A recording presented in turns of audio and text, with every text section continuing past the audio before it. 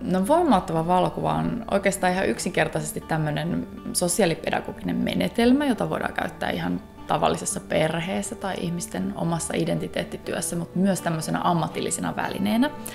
Ja sen perusjuju on se, että kun normaalisti valokuvaaja on se, joka määrittelee, miten näkee sen toisen ihmisen, niin tässä se kuvaamisen dynamiikka käännetään toisinpäin. Eli kuvaaja on se, jonka pitää kuunnella, miten se toinen haluaa tulla nähdyksi. Eli katsoa asioita sen toisen perspektiivistä käsin. Ja nyt tällaisen ihan perusjutun kautta itse asiassa opetellaankin toisen ihmisen semmoista kuuntelevaa ja dialogista kohtaamista. Eli vaikka kun sosiaali- ja terveysopetusalojen ammattilaiset vaikka opiskelee tätä menetelmää, niin ne itse asiassa opettelee hahmottamaan sitä, että ne ei voi koskaan tietää, mikä on sen asiakkaan voimauttava. Ne ei voi tietää, mikä sen toisen elämälle on kehittävää ja tarpeellista, vaan se on jotain, joka lähtee siitä toisesta ihmisestä itsestään. Tämä Lempeä katse 3 on osa voimauttavan valokuvan ja Maailman ihanin tyttö-projektin 15-vuotisjuhlavuotta. Eli tulee kuluneeksi 15 vuotta siitä, kun mä oon aloittanut käyttää valokuvia aluksi lastensuojelussa ja sitten vähitellen se on levinnyt laajemmin sitten eri puolille tämmöiseen hoidolliseen ja pedagogiseen työhön. Ja nyt tämän juhlavuoden kunniaksi on monia eri tapahtumia ja tämä VB-valokuvakeskuksen Lempeä katse 3 on niistä yksi ja sitten sen rinnakkaisnäyttelynä samaan aikaan tuolla Vantaan taidemuseossa esittäytyy sitten Maailman ihanin tyttö, joka on palannut sitten ulkomailta Suomeen tämän juhlavuoden kunniaksi. Ja siellä on sitten lisäksi ohessa tämmöinen valokuvan voimaa näyttely, joka liittyy nyt helmikuun alussa alkavaan Yle Teeman valokuvan voimaa -sarjaan, jossa mä opastan tavallisia perheitä siihen, että miten he voi käyttää voimauttavan valokuvan menetelmää omien perhesuhteiden lähentämiseen.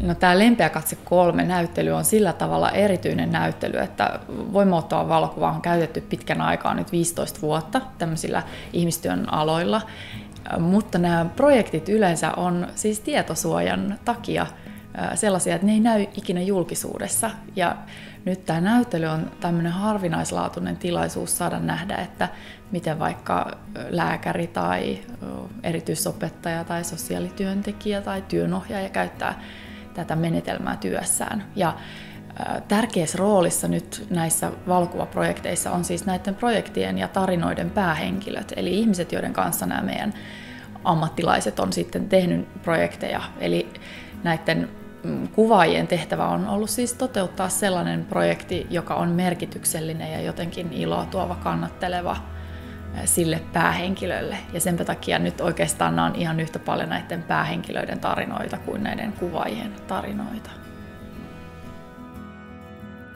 Aikaisemmat Lempeä katse -näyttelyt on ollut myöskin mun jatko-opiskelijoiden näyttelyitä, eli tämä ryhmä on Aalto-yliopistosta valmistuneita voimauttavan valokuvan menetelmäohjaajia, jotka on käynyt ensin semmoinen vuoden mittaisen perusteet ja sitten jatkanut vielä tämmöisen 3-vuotisen jatkokoulutuksen. Ja näitä näyttelyitä on ollut 2 aikaisemmin, Helsingissä ja Tampereella. Ja näissä on aina kaikissa tämä sama idea, eli sellainen väittämä siitä, että hoidollisessa työssä ammatillisuus pitäisi nähdä paljon vastavuoroisempana kuin yleensä ja että se ammatillisuus voi olla rakkaudellista, jos se on dialogista. Ja sitä tavallaan sitten tämä Lempeä katse -nimi tarkoittaa. Ja oikeastaan vaikka mun opiskelijat, jotka usein kuvaa, että tämän menetelmän kautta he on saanut vähän sellaiset niin kuin uudet silmät siihen työhönsä, uudenlaisen katsomisen ja näkemisen tavan. Eli se valokuva tässä ei olekaan se väline, vaan enemmän miten mä katson toisia ihmisiä ja miten mä katson itseäni ja miten mä katson sitä työtä. Ja ajatus siitä, että nostetaan sellainenkin hyvä näkyväksi, jota voi olla vaikea löytää siinä kuormistavassa työn arjessa. Tai nostetaan näkyväksi sellainenkin ehjyys, joka voi olla vielä niin haurasta, että oikeastaan kukaan ei siihen usko. Ja nyt se pointti on vähän niin kuin se, että kun se tulee valokuvassa näkyväksi, niin se tulee todeksi samalla. Siitä tulee tunnetasolla uskottavaa ja se tulee jaettavaksi eri ihmisten kanssa ja silloin se voi alkaa ihan oikeasti vahvistumaan siinä oikeassa todellisuudessa. Nämä tarinat on tämmöisiä yleisinhimillisiä, ihan kaikkea ihmisen elämänkaareen sisältyvää ja ja erilaisiin perhemuotoihin ja niin kuin elämäntapoihin liittyvää. Et mä uskon, että ihan jokainen katsoja täältä löytää jotain sellaisia tarinoita, jotka koskettaa syvästi omaa elämää ja jotka on itselle tunnistettavia ja sitä kautta merkityksellisiä.